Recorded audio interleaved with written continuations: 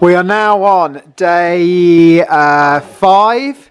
Feels like 5,000, but it is just day 5. Away you go. So, day 5 started with Miss Higgs's birthday this morning. We sang happy birthday in 3 different languages: Zulu, English and Afrikaans, with our driver Johnny and his assistant on the coach. Perpetua. Yeah, our tour guide. Yeah, our tour guide. We headed off today, first of all, to the school where we met the kids that we met earlier in the week. There was a lot more there since their school, is it their year or is it their week has just started? Their holidays are over and they're now back at school, yeah. They're now back at school.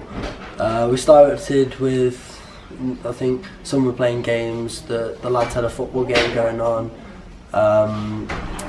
and then we all got into our bus, a minibus, and we headed to, I think it was at the edge of the squatter camp. Yeah, the edge of Barcelona, yeah. Squatter camp to fix up a shack for a woman who's, I think, in her 80s, called Gogo, and she originally didn't fill in the paperwork to get a government built house, so she still was living in this rickety old shack that was leaking. It was really cold at night. Rats, yeah, they lifted a sofa and 10 rats came out.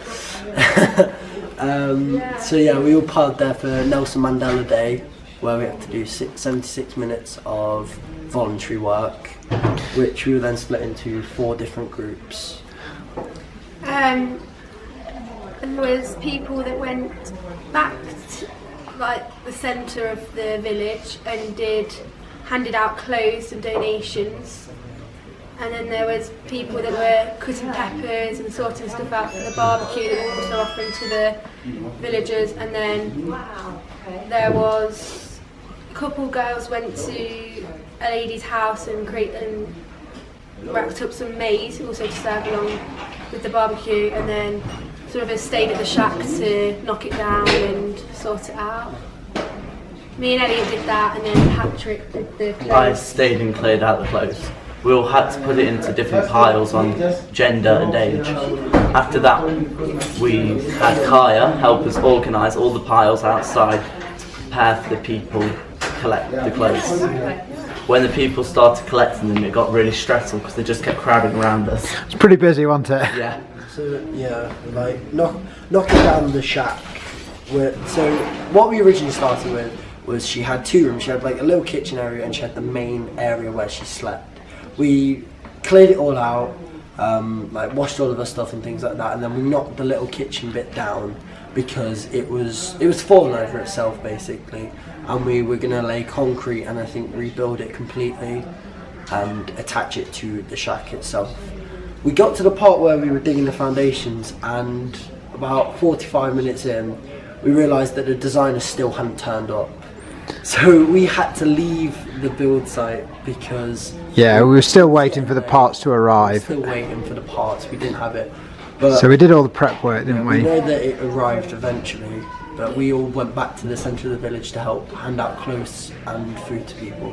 The hardcore stuff was being done. We dug it all out, laid a flat surface so it's ready to continue whenever. Yeah, just don't mess with... A lot of hard work. Don't mess with Miss Wright. She's got a mean hit with a spade, anything. Yeah, she was proper going at it. But yeah. So what was the atmosphere like at the back at the main centre when we were dishing out the clothes and the food? Really stressful. Stressful? Yeah, because at one point it was too crowded and we had to stop people coming in, and it was really stressful because they kept trying to come in and we couldn't let them in, and I felt really bad about it. Yeah. And then we let the children in so we could give them food. It was chicken, sausages, and I think we had pap, which is actually really nice. You found a pap? Yeah. Yeah, we had 2 tables set up. One had the food on, and then we moved on to the drink. It was a really fast process. We had to try and get as many fed at once, and yeah. Rewarding? Definitely. It's